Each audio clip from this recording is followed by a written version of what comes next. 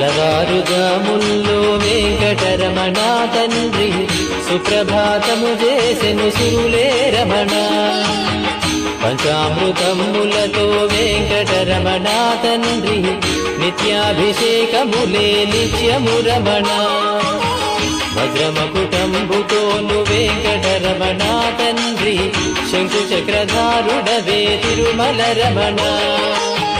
మూడు నామాలతోను వెంకటరమణ తండ్రి ముల్లోకములు ఏదడి మూర్తి విరమణ.